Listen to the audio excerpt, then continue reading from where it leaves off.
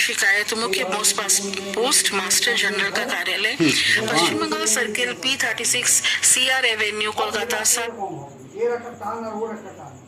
ওদের 50,000 টাকা করে দেওয়া হবে। রাজ্যপাল, মুখ্যমন্ত্রী এবং কেন্দ্রীয় প্রতিমন্ত্রী ঘটনাস্থলে গেছেন। দুর্ঘটনার পর 4টি কামরা বাদে কাঞ্চনজঙ্ঘা এক্সপ্রেস শিয়ালদার উদ্দেশ্যে রওনা হয়েছে। যাত্রীদের সুবিধার্থে সেখানে খোলা হয়েছে হেল্প ডেস্ক। বিজেপি রাজ্যের 4টি বিধানসভা উপনির্বাচনে প্রার্থী তালিকা ঘোষণা করেছে। ভোট পরবর্তী সন্ত্রাস খতিয়ে দেখতে বিজেপির কেন্দ্রীয় দলের নেতারা আজ কোচবিহারে যান। বাংলার যুব জাতীয় অ্যাথলেটিক্সের শেষ দিনে 2টি সোনা ও 1টি ব্রোঞ্জ পদক পেয়েছে। আসছি বিস্তারিত খবরে। রাঙাপানি স্টেশনের কাছে ডাউন আগরতলা শিয়ালদা কাঞ্চনজঙ্ঘা এক্সপ্রেসে মালগাড়ির ধাক্কায় সরকারিভাবে 9 জনের মৃত্যুর কথা জানানো হয়েছে। এদের মধ্যে মালগাড়ির চালক ও কাঞ্চনজঙ্ঘা এক্সপ্রেসের গার্ড ছাড়াও রয়েছেন 7 জন যাত্রী। বেসরকারি সূত্রে অবশ্য মৃতের সংখ্যা আরো বেশি, আহত অন্তত 60। রেলমন্ত্রী অশ্বিনী বৈষ্ণব আজ দুর্ঘটনাস্থলে যান। তিনি মৃতদের পরিবার পিছু 10 লক্ষ টাকা, গুরুতর আহতদের 2.5 লক্ষ এবং স্বল্প আহতদের 50,000 টাকা করে দেওয়ার কথা ঘোষণা করেন। এর আগে প্রধানমন্ত্রীর দপ্তর থেকে নিহতদের পরিবার পিছু 2 লক্ষ এবং আহতদের 50,000 টাকা করে দেওয়ার কথা জানানো হয়। উদ্ধারের কাজে সব থেকে বেশি গুরুত্ব দেওয়া হচ্ছে উল্লেখ করে রেলমন্ত্রী এই নিয়ে রাজনীতি না করার আবেদন জানান। ये पॉलिटिक्स का समय नहीं है, अभी सारा फोकस होना चाहिए रेस्क्यू और रेस्टोरेशन पे। पैसेंजर सेफ्टी के लिए बहुत बड़ा फोकस है, कंप्लीट फोकस है, जैसा आप स्वयं जानते भी हैं। कमिश्नर रेल सेफ्टी की रिपोर्ट आ जाए उसके बाद में ही कुछ पता चल पाएगा, उससे पहले कुछ भी कहना गलत हो। এই দুর্ঘটনায় গুরুতর আহত 45 জনের মধ্যে 39 জন উত্তরবঙ্গ মেডিকেল কলেজ এবং 6 জন ফাঁসি দেওয়া হাসপাতালে চিকিৎসাধীন বলে দার্জিলিং এর জেলা শাসক প্রীতি গোয়েল জানিয়েছেন।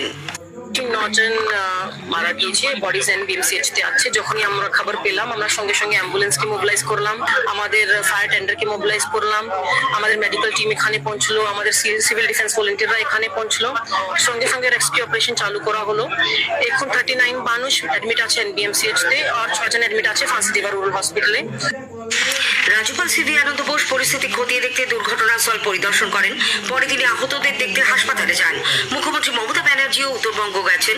বিমান না পেয়ে পৌঁছতে দেরি হওয়ায় তিনি দুর্ঘটনাস্থলে না গিয়ে আহতদের দেখতে উত্তরবঙ্গ মেডিকেল কলেজ হাসপাতালে যান। বাগডোগরা রওনা হওয়ার আগে এই দুর্ঘটনায় গভীর উদ্বেগ প্রকাশ করে মুখ্যমন্ত্রী বিমানবন্দরে সাংবাদিকদের বলেন, 3 দিন রেলমন্ত্রী থাকাকালীন অ্যান্টি কলিশন ডিভিশন চালু করলেও এখন ট্রেন যাত্রীদের কোনো নিরাপত্তা নেই। অ্যান্টি কলিশন ডিভাইস আমি যখন রেল মিনিস্টার ছিলাম তখন করেছিলাম এবং এর জন্য আমি কোঙ্কণ রেলওয়েকে কাজে লাগিয়েছিলাম। মুম্বাইতে, গোয়াতে আমি নিজে মাডগাঁওতে গেছিলাম। সেটা দেখার পরে প্রত্যেকটা ট্রেনে লাগানো হয়েছিল যদি ড্রাইভারও ঘুমিয়ে পড়ে অ্যালার্ম দেবে, 2টো ট্রেন কাছাকাছি চলে আসলে আটকে দেবে, এরকম নানা রকম সিগন্যালিং।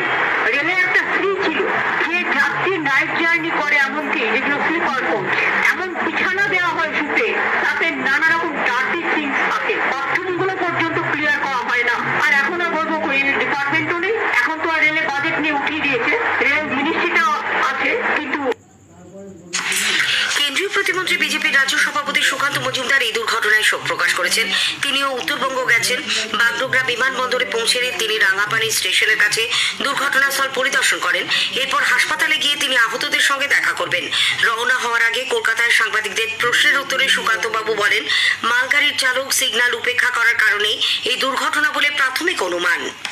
মালগাড়ির যিনি চালক তিনি সিগন্যাল মানেননি, এরকম আপাতত প্রাথমিক তদন্তে উঠে এসেছে। আরো গভীরভাবে তদন্ত হলে পুরো বিষয়টি জানা যায়। অলরেডি রেল ব্যবস্থা নিয়েছে, আমাদের সাংসদ রাজু বিষ্টা এবং অন্যান্য বিধায়করা সেখানে উপস্থিত রয়েছে। মাননীয় মুখ্যমন্ত্রী ওখানে আসতে পারেন, তিনিও দেখতে পাবেন যে মানুষের সাথে পাশে আমরা আছি। প্রদেশ কংগ্রেস সভাপতি অধীর রঞ্জন চৌধুরী ঘটনায় গভীর শোক প্রকাশ করে নিহতদের পরিবারকে সমবেদনা জানিয়েছেন। ভয়াবহ দুর্ঘটনার কারণ খুঁজে বের করতে রেলের তদন্তের পাশাপাশি উপযুক্ত ও নির্ভরযোগ্য কর্তৃপক্ষের মাধ্যমে পূর্ণাঙ্গ তদন্তেরও দাবি জানিয়েছেন তিনি। তৃণমূল কংগ্রেস এই দুর্ঘটনার দায় রেলমন্ত্রী ও প্রধানমন্ত্রীকে নিতে হবে বলে দাবি করেছে। এসইউসিআই কমিউনিস্ট এবং CPIM-এর লিবারেশনও দুর্ঘটনার জন্য সরকারি উদাসীনতাকেই দায়ী করেছে।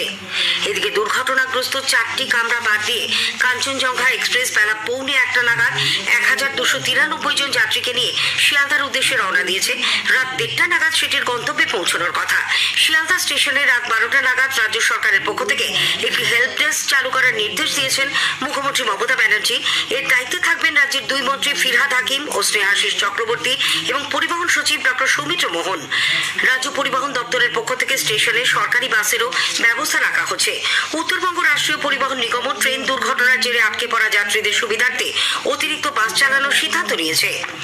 এদিকে দুর্ঘটনার পর বিকেল 5:40 থেকে নিউ জলপাইগুড়িগামী আপ লাইনে ট্রেন চলাচল স্বাভাবিক হয়েছে। ডাউন লাইনেও খুব শীঘ্রই তা স্বাভাবিক হবে বলে উত্তর পূর্ব সীমান্ত রেল সূত্রে জানা গেছে। উল্লেখ্য, আজ সকাল 9:45 নাগাদ নিউ জলপাইগুড়ি স্টেশন থেকে প্রায় 30 কিলোমিটার দূরে নিজ বাড়ি ও চটেরহাটের মাঝামাঝি সিগন্যাল না পেয়ে দাঁড়িয়েছিল শিয়ালদামুখী কাঞ্চনজঙ্ঘা এক্সপ্রেস। পেছন থেকে দ্রুত গতিতে মালগাড়িটি এসে ধাক্কা মারলে ট্রেনের দুটি কামরা লাইনচ্যুত হয়। মালগাড়িরও একের পর এক ওয়াগন পাশের লাইনে উঠে পড়ে। ধাক্কার অভিঘাতে কাঞ্চনজঙ্ঘা এক্সপ্রেসের একটি কামরার উপর উঠে যায় আরেকটি কামরা। 3টি কামরা দুমড়ে মুচড়ে যায়। বিকট আওয়াজ পেয়ে ছুটে আসেন স্থানীয় লোকজন। তারাই প্রথমে উদ্ধার কাজে হাত লাগান। দুর্ঘটনার কারণে বেশ কিছু ট্রেনের যাত্রাপথ পরিবর্তন করা হয়েছে। আজ নিউ জলপাইগুড়ি ও মালদা টাউনের মধ্যে 5টি ট্রেন বাতিলও হয়েছে। স্থানীয় সংবাদ শুনছেন আকাশবাণী কলকাতা কেন্দ্র থেকে। বিজেপি রাজ্যের 4টি বিধানসভা কেন্দ্রের উপনির্বাচনে প্রার্থী তালিকা ঘোষণা করেছে। রায়গঞ্জ কেন্দ্রে মানুষ কুমার ঘোষ, রানাঘাট দক্ষিণে মনোজ কুমার বিশ্বাস, বাগদায় বিনয় কুমার বিশ্বাস এবং মানিকতলা কেন্দ্রে কল্যাণ চৌবে প্রতিদ্বন্দ্বিতা করবেন। দলীয় সূত্রে আজ একথা জানানো হয়েছে। উল্লেখ্য, আগামী 10ই জুলাই বাগদা, রানাঘাট দক্ষিণ এবং মানিকতলা ও রায়গঞ্জ এই 4টি বিধানসভা আসনের উপনির্বাচনে ভোট নেওয়া হবে। এদিকে ভোট পরবর্তী সন্ত্রাস খতিয়ে দেখতে বিজেপির কেন্দ্রীয় দলের নেতারা আজ কোচবিহারে যান। 4 সদস্যের এই দলে বিজেপি সাংসদ বিপ্লব কুমার দেব, রবিশঙ্কর প্রসাদ, কবিতা পাতিদার ও ব্রিজলালের সঙ্গে ছিলেন বিধায়ক অগ্নিমিত্রা পালও। তারা প্রথমেই যান কোচবিহার জেলা বিজেপি পার্টি অফিসে। সেখানে ভোট পরবর্তী সন্ত্রাসের জেরে আশ্রয় নেওয়া বিজেপি কর্মীদের সঙ্গে কথা বলেন তারা। পরে রবিশঙ্কর প্রসাদ বলেন, এ রাজ্যে মহিলাদের উপর যেভাবে অত্যাচার হচ্ছে, তৃণমূলের এখানে ক্ষমতায় থাকার কোনো অধিকার নেই।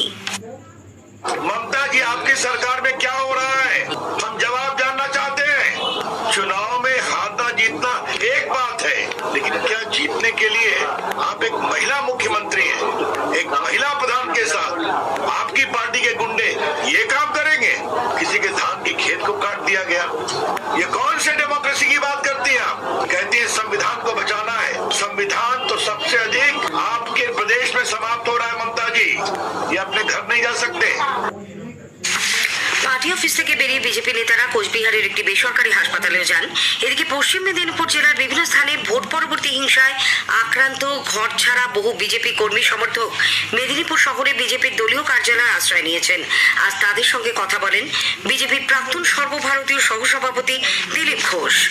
অন্যদিকে পূর্ব বর্ধমানে ভোট পরবর্তী হিংসায় শেখ আলম নামে কংগ্রেসের এক কর্মীর 4 চাকার গাড়িতে আগুন লাগিয়ে দেওয়ার অভিযোগ উঠেছে। রবিবার গভীর রাতে গাড়িটিতে আগুন লাগিয়ে দেওয়ায় সেটি সম্পূর্ণ ভস্মীভূত হয়। গত পঞ্চায়েত ভোটে জাতীয় কংগ্রেসের হয়ে ভাতার গ্রাম পঞ্চায়েতের বালশিডাঙ্গা গ্রামে প্রার্থী ছিলেন শেখ আলিমের স্ত্রী সাবিনা ইয়াসমিন বেগম। ভোটে তিনি পরাজিত হন। রাজভবনের নিরাপত্তার দায়িত্ব থেকে কলকাতা পুলিশকে সরিয়ে দেওয়ার জন্য রাজ্যপাল সিভি আনন্দ বোস রাজ্য সরকারকে চিঠি দিয়েছেন। তাতে রাজভবন থেকে অবিলম্বে ওই পুলিশ কর্মীদের সরিয়ে দিতে বলা হয়েছে। রাজভবন সূত্রে জানা গেছে, রাজ্যপাল তার চিঠিতে জানিয়েছেন, রাজভবন চত্বরে কলকাতা পুলিশের নিরাপত্তায় তিনি একেবারেই সুরক্ষিত বোধ করছেন না। তাই রাজভবনের দায়িত্বে থাকা পুলিশ কর্মীদের সরিয়ে দিতে চেয়েছেন। যথাযথ ধর্মীয় মর্যাদায় আজ রাজ্য জুড়ে পবিত্র ঈদ উল আজহা পালিত হচ্ছে। এই উপলক্ষে সকালেই মসজিদ ও ঈদগাহগুলিতে বিশেষ নামাজের আয়োজন করা হয়। বিলাসপুরে 3 দিনের যুব জাতীয় অ্যাথলেটিক্সের আজ শেষ দিনে বাংলা 2টি সোনা ও একটি ব্রোঞ্জ পদক জয় করেছে। সাগর রায় হাই জাম্পে স্বর্ণপদক পেয়েছে। সাগর 2.06 মিটার উচ্চতা অতিক্রম করেন। হেপ্টাথেলনে বাংলার রিনি খাতুন সোনা জিতেছেন। তার সংগৃহীত পয়েন্ট 4357। ডিসকাস থ্রোয়ে ব্রোঞ্জ পেয়েছে মিতালি হালদার। ইরেরে আজ বেঙ্গল প্রো টি20 লিগে হাওড়া ওয়ারিয়ার্স 31 রানে ডায়মন্ড হারবারকে হারিয়ে দিয়েছে। সল্টলেকের যাদবপুর বিশ্ববিদ্যালয় মাঠে মহিলাদের ম্যাচে মেদিনীপুর উইজার্ডস কলকাতা টাইগার্সকে পরাজিত করে। অন্য ম্যাচে স্মাশার্স মালদা হাওড়া ওয়ারিয়ার্সের বিরুদ্ধে জয়ী হয়েছে। শেষ করার আগে স্থানীয় সংবাদের বিশেষ কিছু অংশ আরও একবার। রাঙাপাড়ি স্টেশনের কাছে ডাউন আগরতলা শিয়ালদা কাঞ্চনজঙ্ঘা এক্সপ্রেসে মালগাড়ির ধাক্কায় সরকারিভাবে 9 জনের মৃত্যুর কথা জানানো হয়েছে। আহত আরও অন্তত 60। রেলমন্ত্রী দুর্ঘটনাস্থল পরিদর্শন করে মৃতদের পরিবার পিছু 10 লক্ষ এবং গুরুতর আহতদের 2.5 লক্ষ টাকা করে দেওয়ার কথা ঘোষণা করেছেন। প্রধানমন্ত্রীর দপ্তর থেকেও নিহতদের পরিবারকে 2 লক্ষ এবং আহতদের 50 50,000 টাকা করে দেওয়া হবে। স্থানীয় সংবাদ শেষ হলো।